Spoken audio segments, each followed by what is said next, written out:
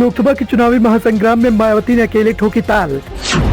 Cadre vote bank के बल पर आगे बढ़ रही हैं मायावती। 2007 की तरफ फिर मायावती ने लगाया सोशल इंजीनियरिंग पर दांव।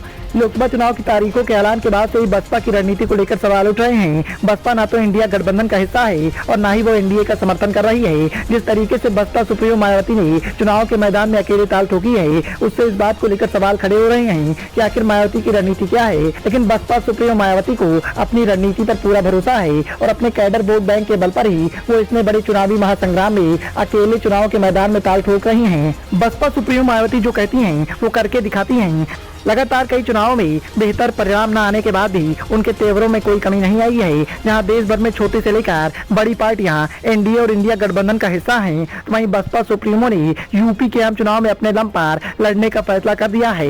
उनको आज भी अपने कैडर वोट बैंक पर पूरा भरोसा है, वो उनके साथ हैं। यही कैडर उनका गुमान और अभिमान है। बसपा का नारा है सर्वजन हिताय और सर्वजन सुखाय। वो दबे कुचले शोषित वंचितों के लिए राजनीति करती हैं। वो अपने भाषण की शुरुआत भी इनको लेकर ही करती हैं। देश भर की पार्टियों पर आरोप लगाती हैं कि चुनाव के समय वो दलित, शोषित और वंचित को याद करते हैं। मायावती चुनाव नजदीक आते ही भाजपा, कांग्रेस, समाजवादी पार्टी सहित अन्य विपक्षी दलों पर भीमराव अंबेडकर, काशीराम, संत रविदास की याद का ढोंग करने का आरोप भी लगाती रही हैं। मायावती ने इंडिया गठबंधन से दूर रहकर अपने कैडर के भरोसे पर चुनाव के मैदान में उतरने का फैसला किया है। भतीजे आकाश के जरिए प्रचार की रणनीति अपनाई है। अपने सोशल मीडिया पर प्रचार को प्राथमिकता दी जा रही है। टिकटों के वितरण में भी मायावती ने मुस्लिम के साथ साथ ब्राह्मण, क्षत्रिय, ओबीसी को टिकट देकर बस 2007 की तरह सोशल इंजीनियरिंग पर दांव चला है। इसके जरिए वो कांग्रेस, समाजवादी पार्टी और भारतीय जनता पार्टी दोनों को ही चुनौती देने की कोशिश कर रही हैं।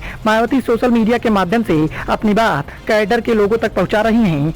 बसपा सुप्रीमो मायावती कई बार गठबंधन तोड़ चुकी हैं। बसपा ने पहला गठबंधन 1993 में यूपी में समाजवादी पार्टी के साथ विधानसभा चुनाव में किया। दोनों पार्टियां मिलकर चुनाव लड़ी, सत्ता में आई, लेकिन यह गठबंधन टूट गया। मायावती भारतीय जनता पार्टी से गठबंधन कर 1995 में यूपी की पहली बार सीएम बन गई, लेकिन ये साथ भी अधिक दिनों तक नहीं चल सका। उन्होंने 2019 के लोकसभा चुनाव में समाजवादी पार्टी से गठबंधन किया, तो वही मुफीद नतीजे न आने पर सपा के कैडर विहीन पार्टी बताकर तुरंत गठबंधन तोड़ने का ऐलान कर दिया।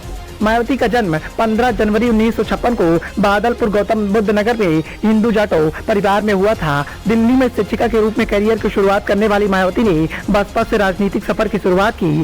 शिक्षिका की नौकरी छोड़ने के बाद राजनीतिक सफर में उन्होंने 1995 में उनका आगमन हुआ। 18 अक्टूबर 1997, 2002, 2007 में भी उन्होंने पदभार संभाला। 2001 में वो बसपा की राष्ट्रीय अध्यक्ष बनी। वो एक बार बिजनौर और चार बार अंबेडकर नगर से सांसद रही। मायावती यूपी से राज्यसभा सदस्य भी रही। इतिहास के पन्नों में दर्ज मायावती के आंकड़े उनके लिए एक पैच। इतिहास के पन्नों में दर्ज ये आंकड़े मायावती की राजनीतिक सफर की सरगर्मियां के साथ मायावती के राजनीतिक सफर की दमदार और नेतृत्व की कहानी को बयां करते हैं। लेकिन जिस तरीके से इस बार उन्होंने अकेले चुनाव के मैदान में ताल ठोकी है, उसके बाद विपक्ष के दिग्गज नेताओं के द्वारा कई सवाल खड़े किए जा रहे हैं। लेकिन मायावती अपनी रणनीति के अनुसार लगातार उम्मीदवारों की घोषणा कर रही हैं।